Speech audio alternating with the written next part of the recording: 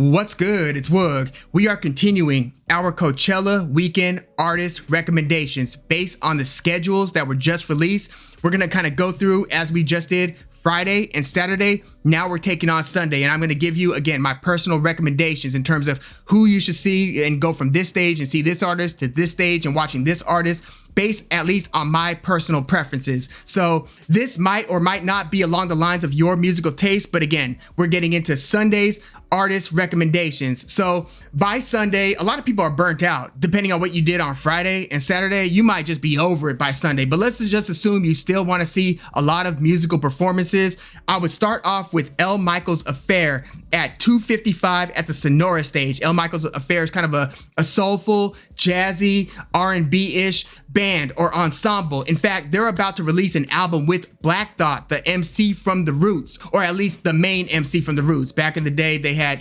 rest in peace, Malik B, Dice Raw, but Black Thought, the one that you see like on the Jimmy Fallon Tonight Show. Black Thought and El Michaels Affair are doing an album together, and I'm expecting big things out of that album. Yeah, I mean, Black Thought just did a great album with Danger Mouse, last year. But El Michaels Affair would be my first watch on Sunday. I would go from that over to the big stage, the Coachella stage, to catch at least a part of Glorilla, who's been making, all kinds of headlines over the past year. Some for cool reasons, some for pretty, different or weird reasons. But Glorilla has become a star over the past year to 2 years. I would catch at least a part of her set at the Coachella stage, and then I would go from Glorilla back over to the Sonora stage to catch Sleaford Mods. Sleaford Mods is kind of this tongue-in-cheek, very cheeky, kind of societal-driven, politically charged punk group, and it's not for everybody. Like, their beat style and instrumental style, a lot of people would be kind of turned off to it. Even their style of choruses, again, it's not for everybody, but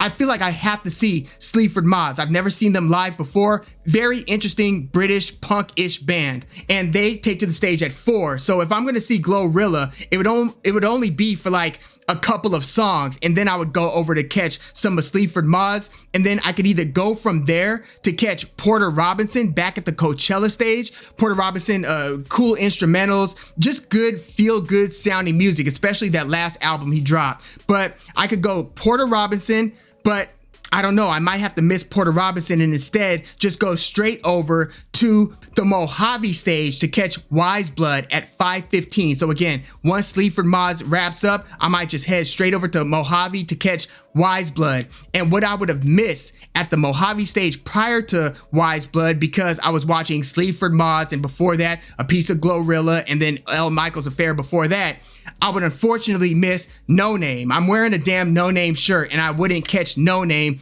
in favor of other artists. No Name, by the way, has a book club, and she's going to be releasing an album pretty soon, long awaited. She kind of disappeared from the game for a couple of years, but stayed active in the community with her book club and just engaging the community. But yeah, super talented MC. Unfortunately, based on the schedule that I've kind of laid out, I would be missing No Name, but would be catching Glorilla, Sleaford Mods, maybe a part of Porter Robinson, but I might miss him because I would be heading straight over to Mojave to catch Wise Blood. Wise Blood, one of the better chamber pop singer-songwriters in the kind of modern years. Her last 2 albums especially have been excellent. So after that, I've got another tough decision. And, this weekend has been full of tough decisions, but in this case, I would be going from Wise Blood over to the Coachella stage to see Kali Uchis, who just dropped a very good album, Red Moon and Venus. And I really like her album before that, Isolation. No, 2 albums before that, Isolation. And I like the album that she dropped in between those 2. For me, she really hasn't missed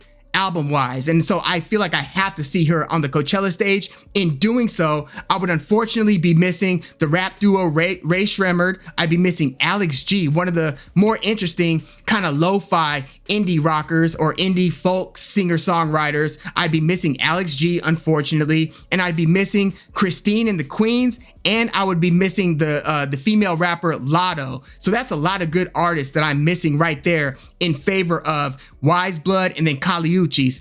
After Kali Uchis, I would stay at that Coachella stage to catch Bjork. I feel like if you have a chance to see Bjork, you have to see Bjork. And I did see Bjork at her Cornucopia tour less than 2 years ago. That was a phenomenal concert. It was in support of her Utopia album. And yes, she has since released Fasora, her new album. So again, Bjork's going to be taken to the stage, one of the most avant-garde and one of the most alternative of artists. You have to see Bjork. And so that's going to be at the Coachella stage.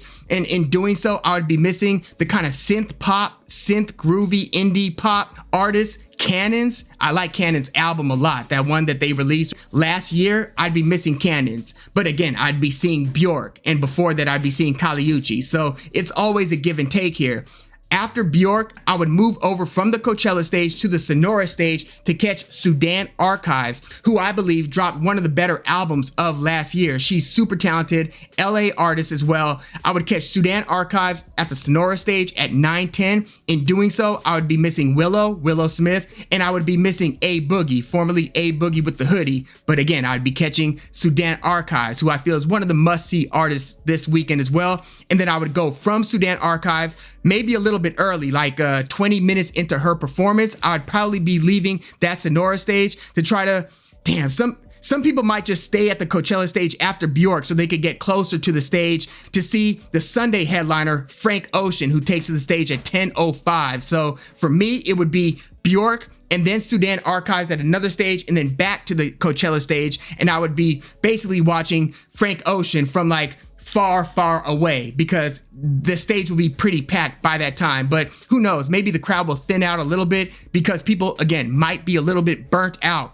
by Sunday. So those are my recommendations at this Coachella. I did the Friday video and Saturday video. Please check those out. And these are my Sunday recommendations. Let me know who you would need to see Friday, Saturday, Sunday. Who are your must-see artists at this year's Coachella? Please let me know in the comments. I'm Woog. Thanks for tuning in.